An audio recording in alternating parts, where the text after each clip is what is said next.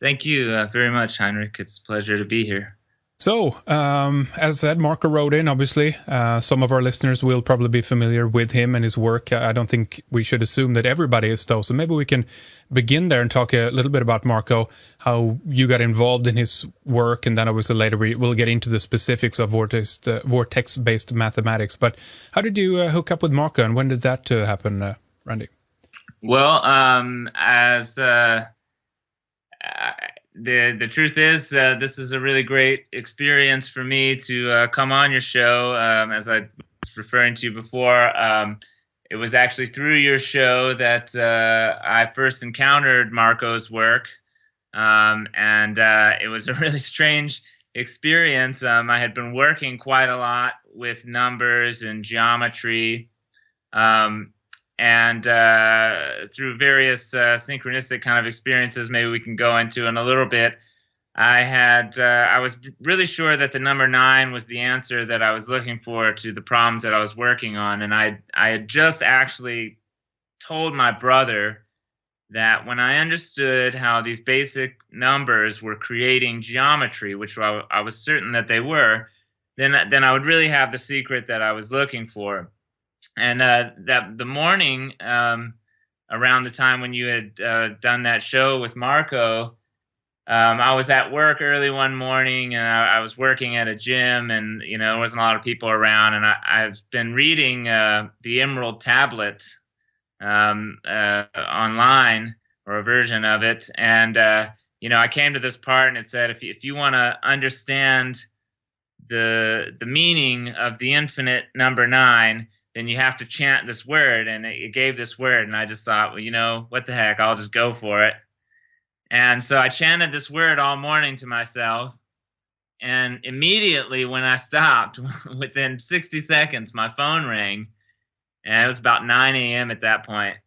And it was a friend of mine who I'd never talked to on the phone, certainly not at 9 a.m. in the morning.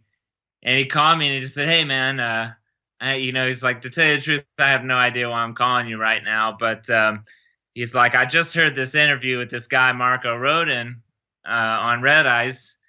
And he goes, "To tell you the truth, I didn't have any idea what he was talking about, but it just sounds like something that you would be interested in." Right. Yeah. And, he said, "It reminded me of you, so you should go check it out." And so that afternoon, I went and actually watched Marco's video on YouTube, and within about the first 5 minutes, I understood exactly what was going on. And yeah, it was a pretty amazing experience. And since Nice. that time, I spent quite a little bit of time there in the beginning, really studying and grading the work, doing a lot of work on my own. And then Marco and I met and started to become friends more on a personal level. Just kind of, I was just checking up on him and being a friend. And then at some point, I made a tremendous breakthrough in the math that I realized was completely redefining the way that all of this was understood and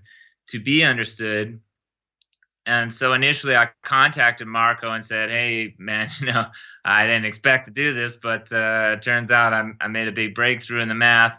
I tried to start sharing it with him, and because of the position that he's been in, he just said, "You really just got to publish or perish." He said, I'm just not in a position to be able to review it at the moment. And so you should just put up videos and put it out there. And that's what this project is about, sharing. And so I put those videos up. Actually, it was the advanced vortex math video that's out there, which was the first one shot. And then after that, we did a kind of redo of the basics, a lot of which is covered in Marco's original videos. And then going into the beginning of the work that I did in vortex-based math. And now that those videos have even been several years ago now. Yeah. I mean, my talk's over 2 years old, and those videos were up quite a bit before that. And so in that time, those discoveries have become rather exponential and sort of avalanched into a whole new realm of understanding in this. And that's not to say that we don't have a long, long way to go. But it really did open a lot of doors in terms of how the connections we can start making with science and in the periodic table and various things like that. Hmm. So that was initially how I got introduced to Marco. And, we just had a lot in common. We had a very similar background. In fact, people always joke us all the time, because this Jonas Salk had told Marco that he thought his work was so advanced that in order for it to be understood in his lifetime, he would have to clone himself. Right. And Yeah. I always talks about how me and Marco look alike. You And sure do. That's right. Interesting. daughters, Venus and Cloud, are always saying, coming up to me, going, "You look just like our dad," and so it's become this kind of joke about me being Marco's clone. But yeah, we connected on a lot of different levels, and that helped us to be able to work together to push forward the understanding of what we're doing, and so here we are now. That's right. Here we are now. There's a lot of components to this, and we should spend some time here in the beginning, obviously, covering the basics and get people up to speed. And there might be even some graphics or images that we want to refer to, some slides here that we're going to have up on the program page, if so. But again, we can also reference people, obviously, to our interview that we did with Marco Rodin back in 2008, and there's videos, etc. But just for now, and just for the basics, vortex-based mathematics, what is this? And define it for us, and just lead us into it for those who have no clue whatsoever, Andy. Sure. Well, the name vortex-based mathematics was actually given to this work by a scientist who had looked at it. Like a lot of the names and terminologies that we use now actually didn't even come from Marco or from myself. They were names that scientists put on this to try and relate it to the things that they know about.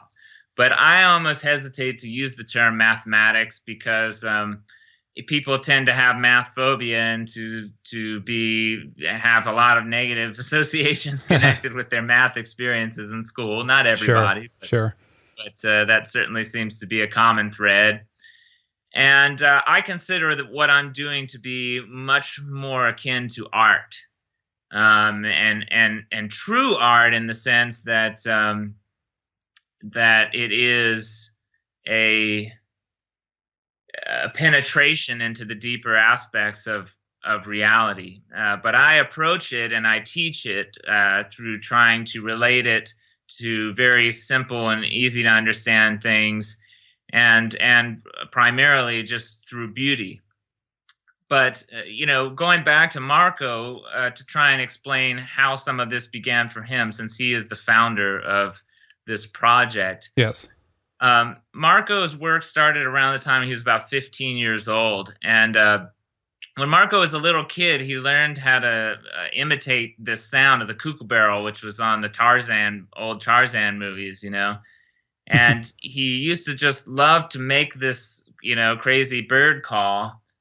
And he noticed that the sound was affecting him, that it was affecting his energy levels, that it affected his dreams, and that it made him come alive. To the point where it seemed to him that his peers around him were almost lifeless and dull because they weren't doing this. And, that idea kind of resonated with him, stuck with him throughout his life. When he was around 15, he said he really wanted to try and get an understanding of what was going on in reality. And he read a lot of the most advanced books of the scientist Arthur Eddington and many others. But, he felt that to keep up with the amount of information and innovation going on at the university level through analysis would be a genuinely impossible task in terms of trying to gain some essential understanding of what reality is and how we can work with it. And so he performed this thought experiment where he asked himself, he put it out there to the universe to know what is the secret of intelligence.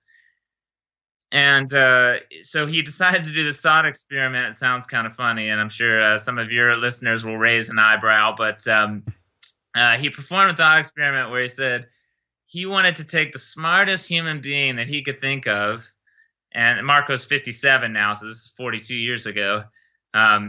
He wanted to take the smartest human being that he could think of, and then put them in a debate against the smartest alien from a distant galaxy. And so his representative that he thought was the smartest man in the world at that time was Henry Kissinger. Oh wow. Well, that's an IRA. Oh wow. Okay. Yeah. All right. It's a long time ago. He chose Henry Kissinger, and you know how Henry Kissinger talks. It can be very.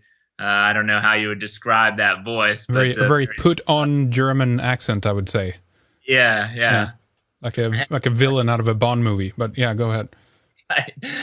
And so, Kissinger's having this debate with the alien, but as he's talking, Marco realizes, he's not contriving what he's saying. He's just being lucid and intelligent. There's something free-flowing about it. It's spontaneous. And he wants to know what's inspiring all of this, and we've all felt this before, when you say you're just on, or, it's the force is with you or whatever. Mm-hmm. And, that energy is present. And he was trying to penetrate into what is the source of that energy of inspiration. And he slowed the time down in his mind. And as Kissinger finished his sentence, he zoomed in on Kissinger's lips. And as he was beginning to say, before he began the next statement, there was a sound that came through his lips, this particular sound. And the quality of that sound shocked Marco to such an extent that he said he literally was laying in his sister's bed, and he said he shot straight up, like Dracula out of the coffin, said, "I understand." And what he understood was that it was the language, it was the sound, harmonics that was forming the brain, and that was the secret of intelligence. And so, he ended up finding these studies that were done at UCLA where they actually did a lot of research on this, and I'll try to get you some articles on that.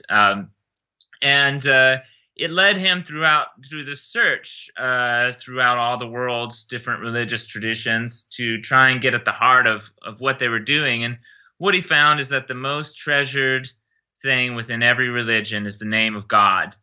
Some people don't even pronounce it because it's so holy to them. Yeah. Others look at it as something that you should be very intimate with, and that it's meant to be said and pronounced. And so Marco was looking for the secret of the name of God. And as some people know who are familiar with our work, eventually that led him to a religion known as the Baha'i faith, which is a Baha'i is one who follows Baha. And Baha'u'llah was a prophet from Iran from around the last 200 years, the early to mid 1800s. And, lived the majority of his life in prison, gave up a life of wealth and luxury in order to bring forth a message which he felt was important at the time. And the great majority of that, for anyone who's ever read his mystical writings in particular, was revolving around this word and this most great name of God that he claimed in no uncertain terms was the secret of all sciences, was the hidden protected energy which God used to animate and create the universe. He even goes as far, and this is before the creation of the steam engine, I believe, he went as far as to say that if you could tap into this energy, you could produce a power which required no fuel and produced no fumes. And he associates it with the mathematics of this word, Baha, which is the equation of which is 2151 in the Abjad numerical system. As many people know, the ancient languages like Hebrew or Arabic, Aramaic, Farsi, Sanskrit, they have numbers that coincide with the letters in the languages, sometimes referred to as numerology. Yeah. But it was a real art in the ancient languages, and it was different because the vowels weren't written in those languages. And so their languages were literally constructed mathematically. And So Baha represents the equation for this physical world that we live in, and that's the comparative case of the word. The superlative or the supreme case of the word is called Abha, and now these coils that many people are producing based on my mathematics are referred to as the Abha coil. Abha represents the spiritual world within this world, and the name equals the number 9. And Baha'u'llah goes on and on throughout the scriptures referring to this number 9 and how it represents God's sacred energy. Mm. And so that is what began, essentially it was within several days later that Marco created this diagram, which is on my presentation under slide 20. And as many people are familiar with, some people call it the symbol of enlightenment. Marco created this symbol through a decryption of that most great name of God. And the reason that he did it was to try and understand how to say it correctly, how to pronounce it, how to make this sound that would be the secret of intelligence. And so literally he began with 2 lines cross-sectioning a circle, and then he just drew parallel lines to each of those lines. And so really what you're looking at in that symbol is just 2 sets of parallel lines. It developed into everything that's being seen now, into a truly profound quest for inexhaustible energy from the vacuum, or however you want to look at that, what people call free energy, and has been now filtered through some of the best scientists, and we're starting to broach a lot of the universities.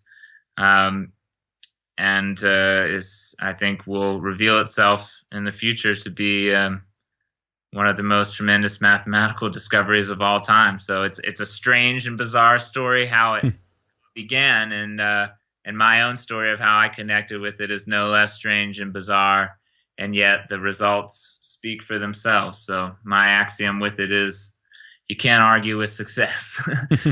All right, interesting. Well, I think we should talk a little bit about your own story and how you got into it, but that explains, because I wanted to ask you about your website titled the abhakingdom.com, and that explains the Abha that you mentioned there. So were you ever into the Baha'i faith, by the way, before we talk about your story?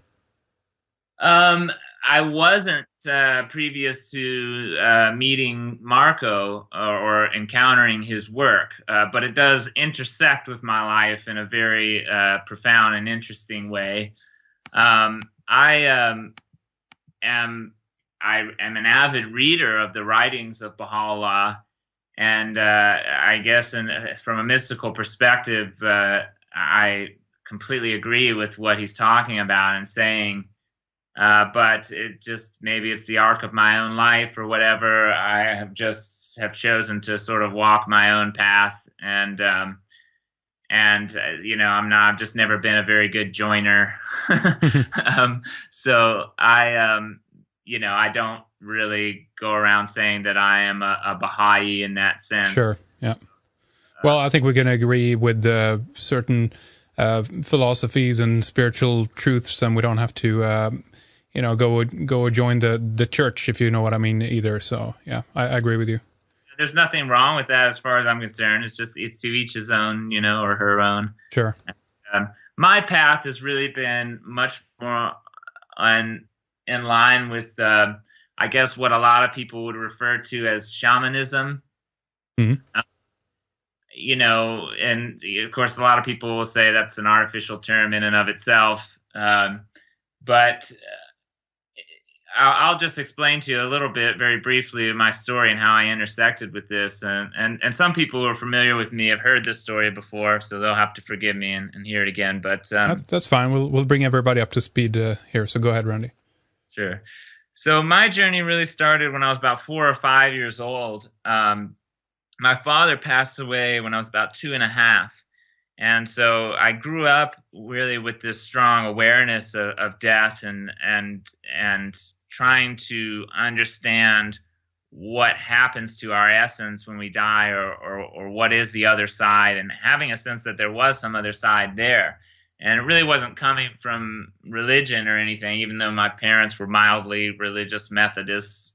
Um, I went to church on most Sundays, but I got really interested around 4 or 5 in this question of what does a human soul look like? What is the image of a human soul?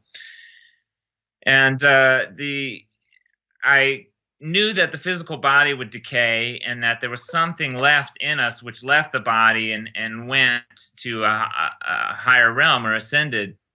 And a few days later, I went to the hospital with my mom to visit somebody, and I saw this image of a caduceus, which is, the twin serpents wrapped around a staff, sometimes called the sign of Hermes, with the wings at the top.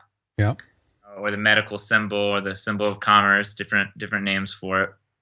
I saw this image, and immediately it struck me as the answer to my question, that this was the image of a human soul. And so it made sense to me that it would be over the hospital where I thought they must be extracting them and sending them on their way. And so I didn't ask anyone about it. That just was the answer to my question as far as I was concerned at the time. And so pretty soon after that, I was sitting in church with my parents one day, and I was just kind of meditating or zoning out, closing my eyes. I didn't really know what meditation was, but I was looking within myself, and I started to wonder, where does this caduceus exist in the body? And what I found was that it existed right down by the base of my spine. That's just where I saw it or imagined it in my mind, that it was just sort of sitting there dormant. And my next question was, well, what happens when you die? And I had this vision that the serpents would awaken, that they would wind their way up my spine. And when they went into my brain, the wings would open and this light would be released, and the top of my head would open, and the caduceus would fly out of the top of my head. And I followed as it flew into the atmosphere and flew up into heaven, where it landed on cloud 9. And, it's a weird imagining at that age, but, sort of everything is when you just have that kind of an open mind. And I think I got the cloud 9 thing from the show Bewitched, that old show where whenever they would go to the spirit world, they would go to cloud 9. And so what happened there was that as I was laying there on my cloud 9, looking around at all these other caduceuses on their cloud 9s, I started to become concerned that this must be a boring reality to exist in for eternity. And I was a little bit concerned for my father. And so I wondered, what do you do here? And at that point, I saw this great light in front of me in my mind. And I thought, well, this must be the light of God. And this is what you do. You look into the light of God. And when I looked into that light, I had this amazing mystical type experience of what I can only describe as all of eternity condensed into a single instant. And it was so overwhelming that it literally it scared the hell out of me and made me jump up out of my seat and just not want to think about that anymore. And I then later, began to associate this idea of eternity in a moment like that with this other symbol of the serpent known as the Ouroboros, or the serpent, swallowing its own tail. And so, I had all these images and symbols in my head as a small youth like that, but and I lived a normal childhood in so many respects. But that always kind of stuck with me as just some kind of thing that I had been through at that age. And, I forgot about a little more in my teenage years, but towards my later teenage years, I encountered a book on yoga.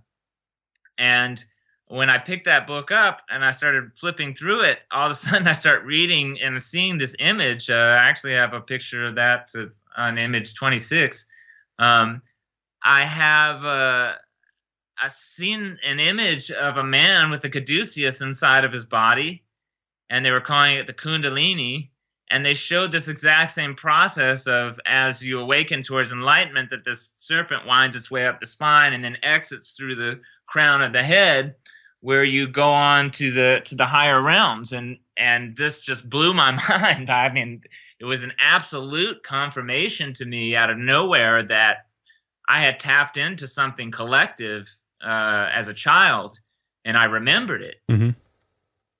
And so that led me on a journey through searching through all the religions and things I could find as I began to study what's classically called shamanism, or, like in the works of people like Eliade. And I was noticing that, people from all over the world were describing the same types of experiences. And he goes into great detail in that book about the number 9 and how it relates. And everywhere you see these images of the caduceus and the Ouroboros. And in so many different cultures around the world. And I became fascinated by that. So I was really attached to these 3 concepts of the caduceus, which I was already onto the fact that maybe that had something to do with DNA, and the Ouroboros, and then the number 9. And so, a long story short, eventually, after many, many years, that led me into studying in the mystical traditions of the Middle East. And I was married at the time with a Muslim girl in my early 20s. And I got heavily involved in the Sufi tradition. Mm-hmm. And people have different images when they think of Sufi, but the people that I'm talking about were, in every sense of the word, traditional Muslims, but also into the mystical side of their religion. So. And so what I got interested in, this was after years of studying Buddhist meditations and different things and traveling all around, going to Asia. And, I still wasn't making the breakthroughs that I was looking for. And what I got introduced to in this tradition was this idea of reciting the names of God. And, after years of studying all of the philosophy in the world, which is what I did in college, I just realized that there was no way that I was ever going to get it intellectually. It's just so complex through language. And I realized through rhetoric and debate that language is very circular, and that argumentation is an art in and of itself. And if you just know how to corner people into certain statements, sure, win arguments. Yeah. And so, but the fact that I won arguments that I knew I was BSing on, confirmed to me that all the more that language in that sense wasn't a reliable tool. And so I became interested in trying to tap into a mystical reality. And I got into this reciting of the names of God. And there was this great tradition amongst the Sufis that there was something called the most great name of God, which they said would be revealed at the end of this age, and that it would contain all the names of God within it. And I really connected with this tradition also because I believed that the mystical Islamic tradition was the one place in the world where, in a major world religion, you can see this exact connection with what people refer to as like classical shamanism. I mean, the Prophet Muhammad was found as a child, supposedly having his organs taken out by beings of light and cleansed and placed back into his body, which is classic shamanic type of experience, one that I've had myself. In altered states. He eventually goes on this mystical journey where he rides a spirit animal and encounters the ancestors of the prophets on these various levels, up until he encounters this world tree, which again connects to that image of the Ouroboros, this sort of interconnected vortex-like entity. And when he encounters that, when he moves beyond that, everything beyond that is what is beyond language or beyond words. But when you return from that, you get the power songs, you get the names of God, and you get the ritual of how to connect to that ecstatic realm. And so, this is what led me eventually. By the time I came to Marco's work, I knew that when I found the answer, it was going to be the number 9.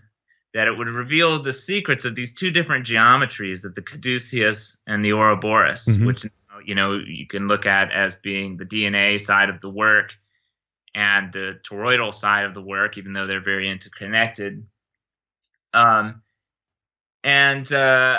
within 5 minutes of watching Marco's video, he's talking about the number nine. He's showing these geometries that I was looking for. And then he says, this is a decryption of the most great name of God, which I'd been searching for in these texts for years and years.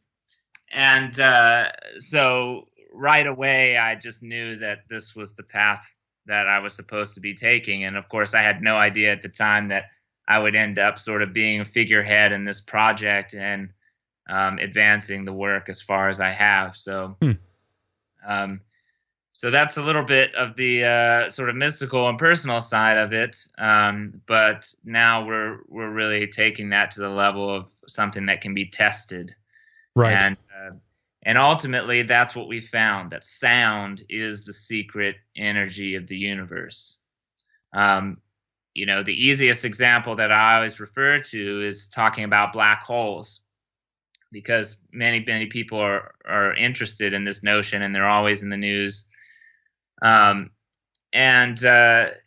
know, it's conventionally taught that the fastest thing traveling through the universe is light traveling through the vacuum of space, where it has and it's not encountering resistance. And we know that light, once it gets inside of the medium, is slowed down. You know, the speed is slowed by the medium. Interestingly, sound has the opposite property. For anybody who's ever studied it, you know, supposedly sound doesn't travel at all in a vacuum, and because there's nothing to vibrate. And the denser the medium that sound passes through, like the air moving in the atmosphere is generally moving at the speed of sound, and you know, the denser that the medium that you pass sound through, the faster that the sound travels, passing the vibration, because everything's packed more closely together. Yeah. And so we know that a black hole is called a black hole because apparently the matter inside of a black hole gets so crushed down, so dense. I've heard it said that 100 million suns is the size of a pinhead. I don't know if that's true, but I've heard that said. However they figure that, but yeah, sure. Go ahead. You know, but it's a good metaphor. Yeah. And, you know, it's so dense that the escape velocity of light is not enough to escape it. And hence all the light is trapped inside of it, and they call it a black hole.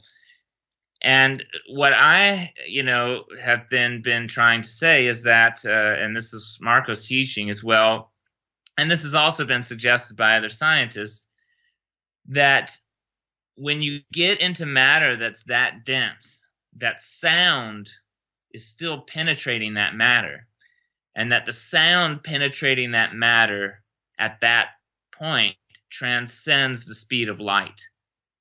And it becomes it's no longer a wave. It becomes what they refer to in quantum mechanics as a quasi-particle, or, you know, you could refer to it as the true God particle. Mm-hmm. And that is the source of the geometry and symmetry which underlies everything that we observe in the universe. And it's all arising out of this hypersound, which, you know, you could literally connect to the word, if you will, or the fact that sound is at the foundation of creation, and that creation is essentially musical. And then we've found that numbers themselves are musical, and they actually explain even our music scales and harmonies and why they work the way they do. So it doesn't become this abstract, heady thing. It becomes something that very much connects with the most intimate and personal levels of our lives, and that's why I find it to be very beautiful. Very interesting. What does that make a black hole, though? Does kind of could we talk about them as kind of an engine of creation, if they generate this sound, and does that spread out through the vacuum throughout the universe, or what is a black hole then? Sure. Well, a hole is literally the zero. It's not a number on any multiplication series, but it's an absence. And what it is it's a lip. So whenever you have a vortex moving or a rotating system, and this is why there's issues with the pi and numbers like this, even though people like Marty, who you've had on your show, who's a friend of mine, you know, have showed that there's even some symmetry within those numbers. But the reason I see it as fallacious is because a straight line will never pass through the center of a circle like that, because any rotating system will deflect things off of the center. It'll warp them and curve them around its axis. Hmm. And so the whole is literally an absence. It's an axis that everything is being spin arrayed around. And so when you have a black hole, it's simply the northern half of a rotating system, which is collapsing everything in at the top and compressing it and accelerating it.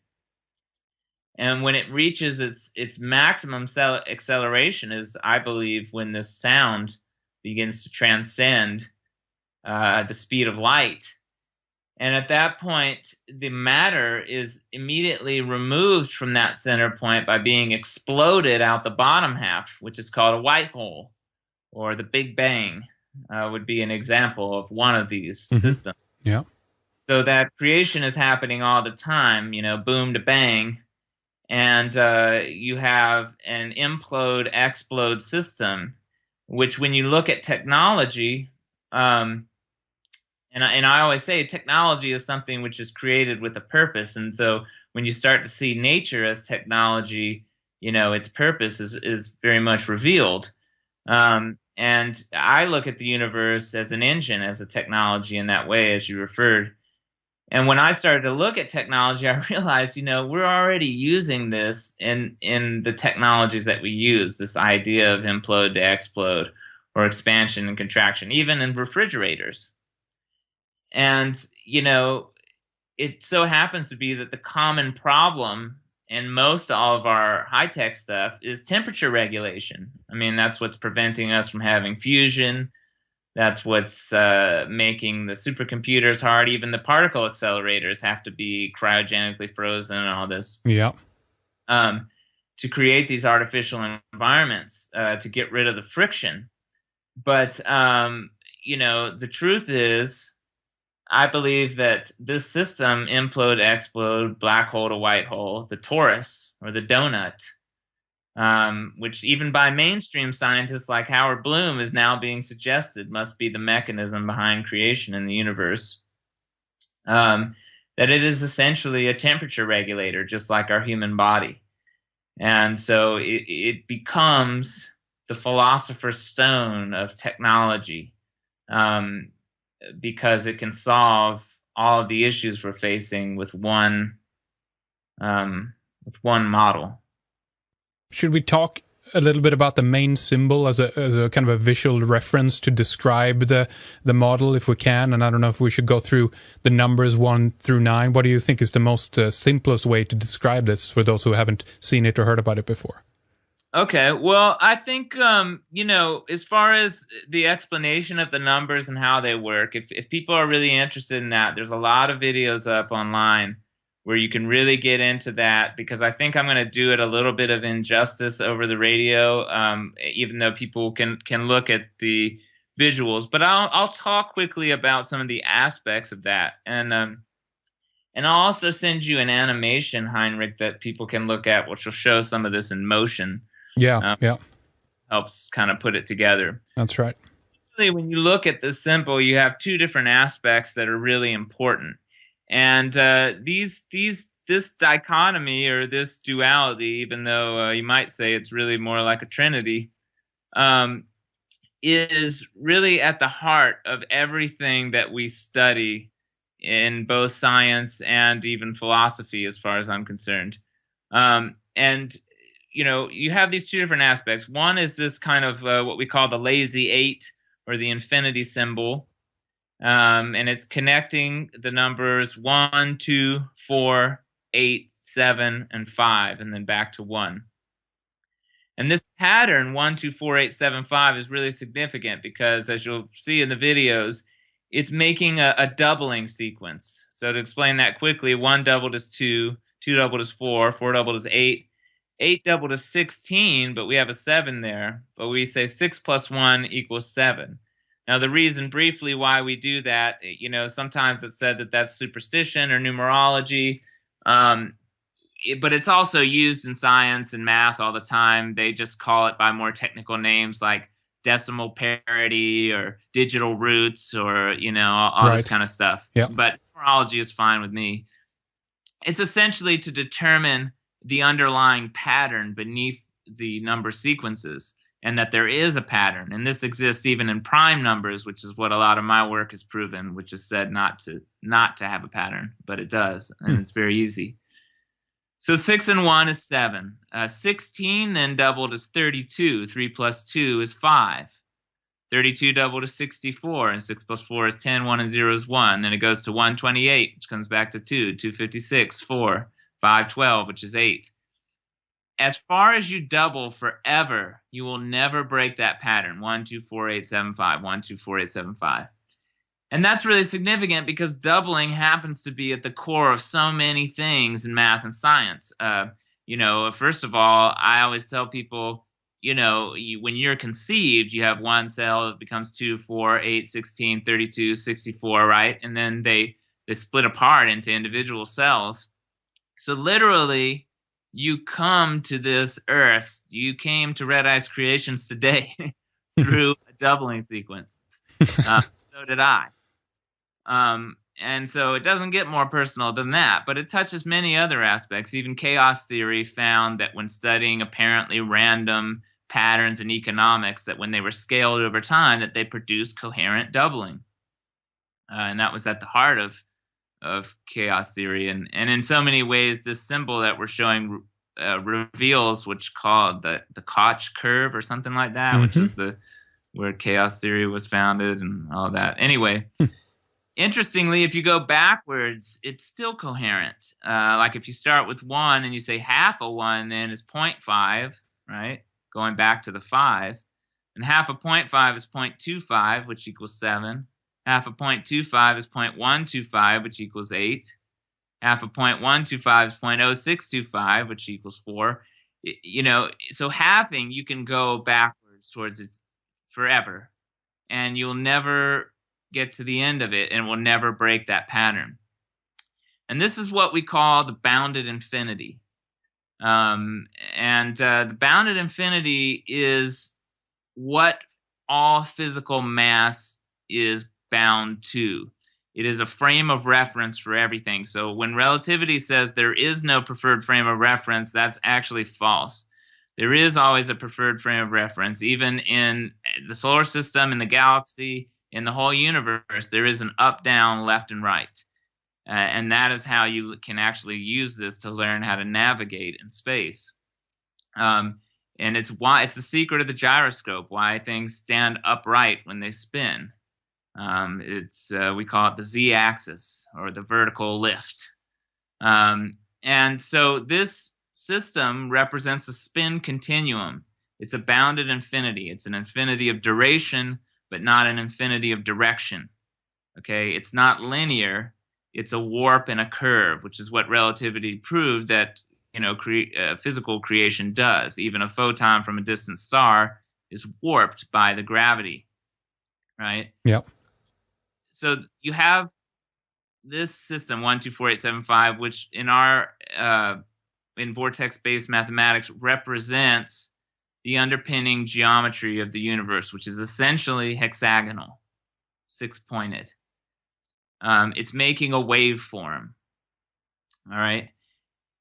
Now, most of physics traditionally has always been the study of matter and motion, and the materialists would like us to believe that that's all there is. Matter and motion, simply things colliding together, has created everything that we're now experiencing. But the missing element is this red pyramid in the symbol.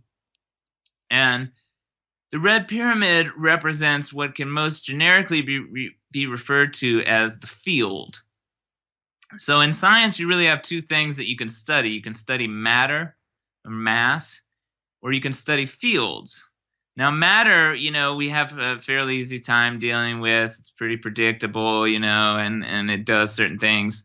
But fields are much more interesting and mysterious and seem to have qualities which even defy some of our standard laws of physics. And fields, to me, are at the source and at the heart of creation. And now in science, they have many different types of fields. They have gravity fields and magnetic fields, and they have strong and weak force and quantum fields and all this different type of stuff, Higgs fields. I believe that there really is just one field. Okay, you can measure it at various strengths and in various qualities in various situations, and that depends on the system because all of our numbers always come in equal proportion. But an easy way to look at it, we have first what we see on there is the 3 and 6. These represent magnetism. All right, so you have electricity, which is essentially matter in motion, electrons moving through a wire, one example. And that follows that 1, 2, 4, 8, 7, 5 path, which means there's a geometry which things want to move upon in the path of least resistance. Magnetism is supposedly at the center of electricity. All right, and magnetic fields have a unique quality, which is that they oscillate. And when you look at this 3 and 6, interestingly, if you take 3 doubled is 6, right? 6 doubled is 12. 2 plus 1 is 3. 12 doubled is 24. 4 plus 2 is 6. 24 doubled is 48, which comes back to 3. You can go on and on and on. When you double these numbers, it just goes 3, 6, 3, 6, 3, 6, 3, 6. So they relate to each other in that way, and they're therefore separate from the other numbers in the way that they relate to each other with doubling. That's interesting. Exactly. They're an interconnected but distinct system. And the numbers, in conventional math, they say that numbers do not explain geometry. Arithmetic doesn't explain geometry. And what we've done is unified arithmetic and geometry into a single model so that we say numbers are geometry. And it's very simple. The 3 represents a triangle, which is masculine. It's a vector. It's an arrow. The 6 is a hexagon, which is feminine, and which is the counterbalance to the 3. And the 9 represents the central geometry, which we see at the top of the symbol, which is a diamond. Okay? And these happen to be the only 3 shapes that you can tile a surface topology without any breaks. Triangles, hexagons, and diamonds, interestingly. But it is so actually been confirmed, and I have some slides on this that I can send you. It's been confirmed in scientific journals that magnetic fields do conform to those shapes of triangles and hexagons. And I've actually had several scientists send me pictures that they've taken in a laboratory showing those geometries revealed. So there is some confirmation of that notion. It's not just simply a conjecture. Interesting. But more interesting is the 9, right? That's what we were all trying to get to. The secret of 9, yeah. Right, and we all know Odin hung on the tree for 9 days and 9 nights. And he came back with the 18 power songs, right? From the ruins, and we all know these myths and legends from everywhere, and all the way up to Cloud 9 and Love Potion number 9. That's the essence of this discovery, is that you have electricity. At the center of electricity is magnetism, and at the center of magnetism there is another energy present, which is currently unobserved. It's known to be there. They call it dark energy, which is distinct from dark matter. But I've also referred to it by other names, and I get a lot of flack for this online because people think I'm just randomly throwing out words. But you can call it tachyons, which is supposed to be a particle which travels faster than light, which was featured in the Watchmen. They talked about the tachyons. Right. Yeah. Monopoles, which Maxwell postulated to symmetrize his electrical equations, that would fit under this description. You can call gravitons, which are supposed to be particles which are at the source of gravity, which this would also be that. And ultimately, we called them etherons, which is to distinguish it from the ether as a static, stationary ether. What we found is that it's a pulse. It's a surge. It's the true source of the quantum level of reality. And it's quantum because it's discrete. So because of this energy, time is actually not a continuous flow. It's a series of discrete moments. And so there actually is a rate of time. I'm sure it's way faster than anything we've been able to measure. Mm. But there is, for the universe, even as a whole, a rate of time, a metabolic rate, if you will. I was referred to as a clock cycle from a computer. Is that what we're talking about? Yeah, I'm not familiar with that term, but I imagine it's probably the same. That essentially it's like a movie. It's like discrete slices of information, Yes. which rapidly put in succession to form what we experience as a waveform or a continuous flow, um, because it's faster than our flicker rate. But this is actually very normal and logical for people to think about. And here's a clear example. Even if you reach over and pick up a glass of water, we see that as a smooth and continuous flow. But any person who studied biology or the brain will tell you, and you ask them, how does that happen? They'll say, well, it's perfectly natural. There's a rapid series of electrical pulses which come from your brain, and they activate specific muscles which have what they call firing rate, or a muscle firing sequence. So there are specific moments where they're activated, and through that rapid succession of activated muscles, you're able to then generate continuous movement. But if you were able to get enough frames per second and observe it, you would actually see it as a very disjointed, discretely pulsed sequence. Yeah, choppy kind of. Right. Yeah. That's what time is. And 9 is at the source of that. It is the source of all time, motion, or vibration. And it creates the spin continuum, or the bounded infinity of creation. And this is why you'll never get to absolute zero, because there's always some level of this energy present. There's always some amount of vibration occurring, however minute. So you can speed up time or slow it down, right? But you can never completely arrest it. And that's why we also believe that you cannot travel backwards in time, even though you could travel forwards in time. Okay. But maybe that's a good place to let you come back in there, so I don't get on too many tangents. No, sure. It's very interesting. Much more to discuss. I think we could take a short break here in a little bit, and there's some couple of things we want to get in before that. Of course, talking more about your websites, your YouTube channel, where basically people can find out more, and also tell us about the film, by the way, that you have upcoming, and how that's going. At the moment, you don't have a trailer for it, but it's probably going to be available by the time we put up this program. So tell us about that. What is the film about? Sure. Well,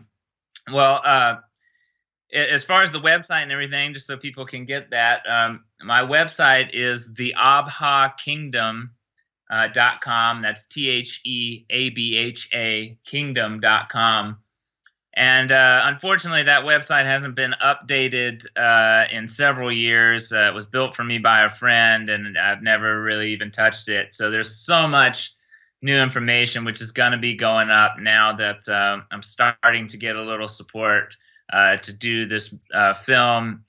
And we've got some web designers who want to contribute and help us put things up. It's really important that people understand that our project is an open source. We've never made money off of it. It's something that we believed in, even though we've had a lot of offers to work with different companies, and I could have made money in the technology sphere. It's been really important to me that this information stay open to the public, and that's why I'm approaching now the entertainment world to try and find simpler, easier ways for us to generate revenue to support the project so that we can continue and that we can advance much more rapidly. But it has to be done for me in a format which is open to everyone. So we will have updates coming there, and we're working on some open source software for that website where people can actually get involved and contribute more themselves. And we'll also try to have some sort of, I hate to use the word official, but some sort of reference where people can see what Marco or myself are saying about the math, as opposed to just all the different things that are out there. But we like to keep the research open, and really to allow, not to censor anything, and to allow people to contribute what they conceive of as valid contributions to this. And because of that approach, we've created this great online community of people experimenting, building devices based on our math and showing amazing results. Jack Scholes was one of the original ones who did the video that's on my TED Talk, where he spun this neodymium magnet for minutes with no energy going into the coil. So that's really interesting. I want to ask you more about that later, by the way, but go ahead, Randy. Yeah. And then, Daniel and Erica Nunez, who've been doing a lot of great work with lighting systems and being able to create a tremendous amount of light for almost no energy consumption. And there's all kinds of bizarre effects there, where actually the more load you seem to put on it, the more the power consumption goes down. So, all kinds of great stuff. And people can just search Abha Coil, search my name, search any of these people, and you'll find all this stuff on YouTube. And we hope soon that we'll have a format for people to really be able to get that in a tight area where it's not so hard to track it all down. But all this is showing that the traces and evidence of this theory are there, and this is all like with Radio Shack quality equipment. So we're really trying to create revenue through entertainment in a harmless way, where we can then start supporting hopefully a lab that will be open to the public, where all results will be published and shared freely. And just to create literally what I said in my TED Talk, which is a grassroots energy and technology revolution that cannot possibly be controlled. Even if someone were to come after myself or Marco, it wouldn't matter, because the information is there in the hands of the public.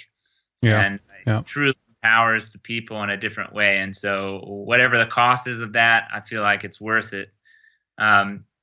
But with the film, we are going to be posting up a promo for that in the next few days, and we're doing a crowdfunding approach to being able to fund the film. We hope to raise around $500,000 to be able to do the whole project, which is a lot, but really in terms of a film is nothing, as I'm sure you know. Well, that's right. You just put this into perspective, though, and consider how much complete bleeping junk that there is out there right now, that millions of American dollars are being poured into this. I mean, come on, just half of one of these to the side of doing something that actually can change something for once, instead of just giving people a temporary little, if even that these days, satisfaction of forgetting about their, gray everyday life or whatever the point is of these movies anymore. So it's not really that much when you put it into context, Randy. Yeah, absolutely. And I think it's very achievable if enough people even can give $1 or anything like that. It's very achievable. We're going to keep our budgets very open, and there are going to be some incentives for people who do want to contribute more, in terms of being able to get even get some coils or things like that. So we're working on all those packages to try and make this a really valuable investment for people. But ultimately, what we're doing through the film is trying to take this information open source to a vast audience, and to do it in an entertaining format. And we've got an amazing team. Thomas Jane, who's a well-known actor, has come on as a producer and become a good friend of mine. Who's really supportive of this work and sees the merit in it. A lot of people might know him from The Punisher or some of these movies, but he's also extremely talented director. Has made some great indie films. One called Dark Country, that's one of my favorite films, and so he's a tremendous asset. We have Ruben Langdon, who not a lot of people know, but actually Ruben was. If you watch the movie Avatar, whenever Jake Sully is running or jumping or riding a dragon or doing any of that, he's actually that's Ruben, Okay. behind all the motion capture that was done for Avatar. So, and he's been doing the Resident Evil game and all this stuff. So extremely talented guy. We're so fortunate to have supporting what we're doing. And Amardeep Kalika, who is the director of the Sirius film, which is coming out now about Stephen Greer and Disclosure Project, and just also the larger world of disclosure. And I got to see a little previews of that, which is going to be a really fantastic, tremendous film. And Amar, who'd be a great person to have on your show sometime as well, is such a down-to-earth, and he's just got a very high BS meter, and he pushes everybody to get really solid with what they're doing. And so I think he's going to be a tremendous asset to help unmuddy some of the waters on this issue of the ETs and the contact and what's going on and what isn't. Not to say that anybody's got the definitive picture on that, but sure. And Amar, on an unfortunate note, I'm sure you heard about the shooting that happened in Wisconsin at the Sikh temple, or actually what's I think the correct pronunciation is Sikh temple. But, it was Amardeep's father who was actually the hero in that situation, who attempted to stop the gunman and was killed there. And so, Amar's been all over in the media trying to expose, what's going on in that situation as well. And so it's been very interesting to see how all these different energies are coming together. But, it's one thing I can say for him is that I know it's put him in a very real place. And with our project, that's what we're trying to do, is we're trying to cut the BS. We're trying to get to the reality. And yeah, I'm not going to sit here and tell you I've got the Ark of the Covenant in my garage. All right. But you can see what's being done on YouTube. We're really putting our money where our mouth is. And we don't have the ultimate applications of this technology, but for anyone who knows what they're looking at, and I've had PhDs and multiple engineers confirming these things, people like Daniel, their results are simply impossible, and they don't. They're not even projects that we've even been able to oversee or really get accurate with the math. But what he's been able to show is like the closer and closer you get to it, the better and better these things work. So with the proper application of technology in a truly open source project where the public was very involved and we all just have reasonable salaries to get us by, and we devote our monies and our times instead of into expensive lifestyles, they go into true open research and development. I believe that this project has the potential to completely take us to another level.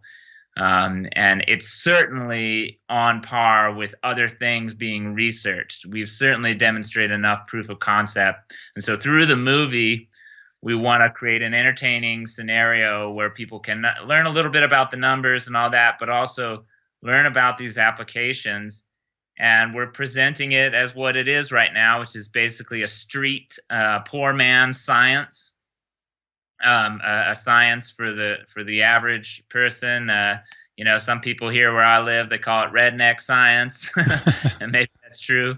But ultimately, I think that these are where the breakthroughs are going to come. Nobody's going to hand it down to us, regardless of what they may or may not already have. Sure. Yeah, well, I like that in the intro video, and we're going to link that up too, but to your TED Talk there, in TED Talk X, we should say, in Charlotte there, when you have the speech there by Obama or whatever, he's talking about free energy, or energy, the energy problem, I guess, in the fact that he says like, well, if someone has anything, please bring it to my attention, because we'd love to have it. Yeah, it's interesting. I just wonder if maybe they don't really know anything what really has been out there and how much has been suppressed, but it's great that you bring that in there, because obviously what your statement is there is that, well, we have something here that's potential, and with all the millions that have been poured into all the other with wind and the whole Solera debacle and everything there. Again, I'm just flabbergasted that not just a little percentage of all the money that's being set aside can go to something which is within the alternative. They could even have their little, I don't know, whatever, their little committee there, whatever, that tries to at least find those who are, serious in their attempts or whatever. But yeah, to me, it's incredible what the unwillingness of looking into new areas of what that is. That they want the answers, they want someone to just bring it to them, but they're not willing to kind of, I guess, put their money where their mouth is. Yeah, and I mean, it's hard to say who knows what. I'm sure things are very compartmentalized. Sure.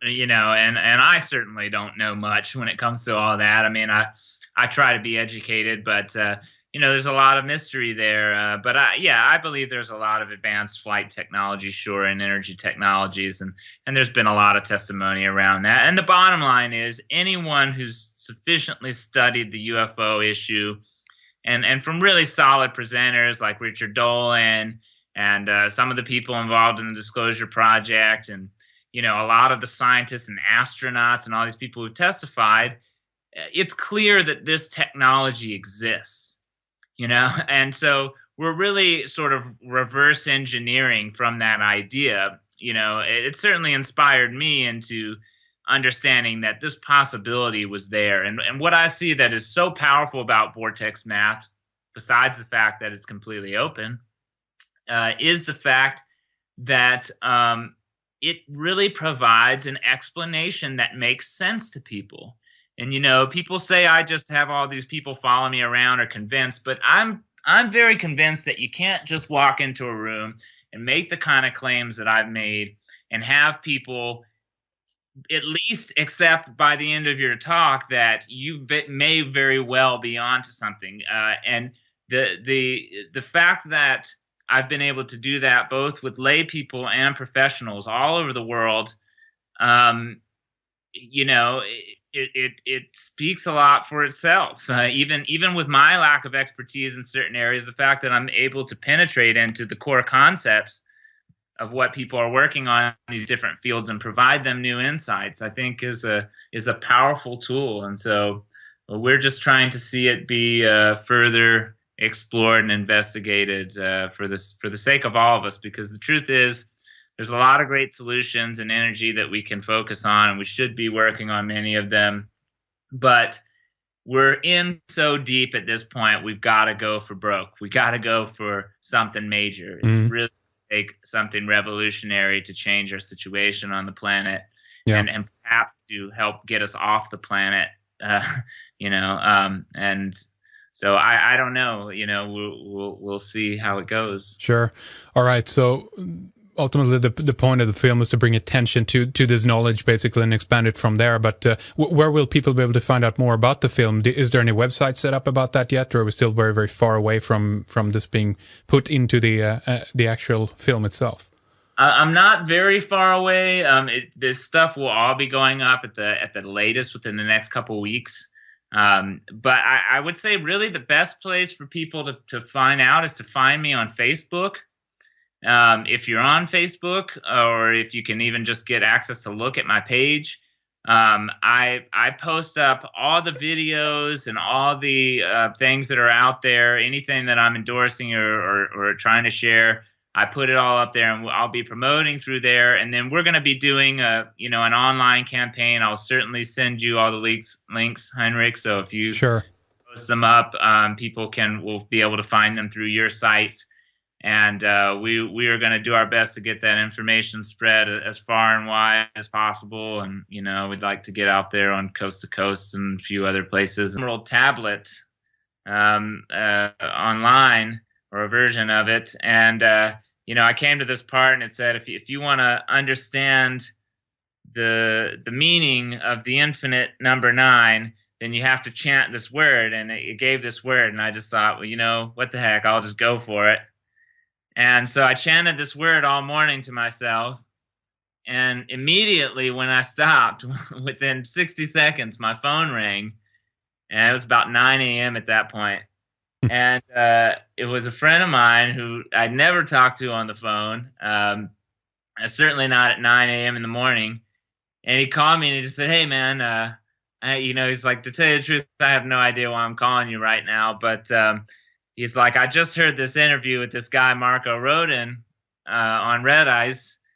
And he goes, to tell you the truth, I didn't have any idea what he was talking about, but it just sounds like something that you would be interested in. Right. And, he said, it reminded me of you, so you should go check it out. And so that afternoon, I went and actually watched Marco's video on YouTube. And within about the first 5 minutes, I understood exactly what was going on. And yeah, it was a pretty amazing experience. And since that time, I spent quite a little bit of time there in the beginning, really studying and grading the work, doing a lot of work on my own. And then Marco and I met and started to become friends more on a personal level. Just kind of, I was just checking up on him and being a friend. And then at some point, I made a tremendous breakthrough in the math that I realized was completely redefining the way that all of this was understood and to be understood. And so initially I contacted Marco and said, hey, man, I didn't expect to do this, but it turns out I made a big breakthrough in the math. I tried to start sharing it with him, and because of the position that he's been in, he just said, you really just got to publish or perish. He said, I'm just not in a position to be able to review it at the moment. And so you should just put up videos and put it out there. And that's what this project is about, sharing. And so I put those videos up. Actually, it was the advanced vortex math video that's out there, which was the first one shot. And then after that, we did a kind of redo of the basics, a lot of which is covered in Marco's original videos. And then going into the beginning of the work that I did in vortex-based math, and now that those videos have even been several years ago now. Yeah. I mean, my talk's over 2 years old, and those videos were up quite a bit before that. And so in that time, those discoveries have become rather exponential and sort of avalanched into a whole new realm of understanding in this. And that's not to say that we don't have in 2008 and there's videos, etc. But just for now and just for the basics, vortex-based mathematics, what is this? And define it for us and just lead us into it for those who have no clue whatsoever, Andy. Sure. Well, the name vortex-based mathematics was actually given to this work by a scientist who had looked at it like a lot of the names and terminologies that we use now. Actually didn't even come from Marco or from myself. They were names that scientists put on this to try and relate it to the things that they know about. But I almost hesitate to use the term mathematics because people tend to have math phobia and to have a lot of negative associations connected with their math experiences in school. Not everybody, sure. But that certainly seems to be a common thread. And I consider that what I'm doing to be much more akin to art, and true art in the sense that that it is a penetration into the deeper aspects of reality. But I approach it and I teach it through trying to relate it to very simple and easy to understand things. And primarily just through beauty. But, going back to Marco to try and explain how some of this began for him, since he is the founder of this project. Yes. I have a long, long way to go. But it really did open a lot of doors in terms of how the connections we can start making with science and in the periodic table and various things like that. Mm-hmm. So that was initially how I got introduced to Marco. And, we just had a lot in common. We had a very similar background. In fact, people always joke us all the time, because the Jonas Salk had told Marco that he thought his work was so advanced that in order for it to be understood in his lifetime, he would have to clone himself. Right, and yeah. I always talks about how me and Marco look alike. You sure do. That's right. Interesting. Daughters, Venus and Cloud, are always coming up to me going, "You look just like our dad," And and so it's become this kind of joke about me being Marco's clone. But yeah, we connected on a lot of different levels, and that helped us to be able to work together to push forward the understanding of what we're doing, and so here we are now. That's right. Here we are now. There's a lot of components to this, and we should spend some time here in the beginning, obviously, covering the basics and get people up to speed. And there might be even some graphics or images that we want to refer to, some slides here that we're going to have up on the program page, if so. But again, we can also reference people, obviously, to our interview that we did with Marco Rodenbach. Thank you very much, Heinrich. It's a pleasure to be here. So, as I said, Marco wrote in, obviously. Some of our listeners will probably be familiar with him and his work. I don't think we should assume that everybody is, though. So maybe we can begin there and talk a little bit about Marco, how you got involved in his work, and then obviously later we'll get into the specifics of vortex-based mathematics. But how did you hook up with Marco, and when did that happen, Randy? Well, as the truth is, this is a really great experience for me to come on your show. As I was referring to before, it was actually through your show that I first encountered Marco's work, and it was a really strange experience. I had been working quite a lot with numbers and geometry, and through various synchronistic kind of experiences, maybe we can go into in a little bit, I was really sure that the number 9 was the answer that I was looking for to the problems that I was working on. And I had just actually told my brother that when I understood how these basic numbers were creating geometry, which I was certain that they were, then I would really have the secret that I was looking for. And that the morning around the time when you had done that show with Marco, I was at work early one morning, and I was working at a gym, and there wasn't a lot of people around. And I've been reading the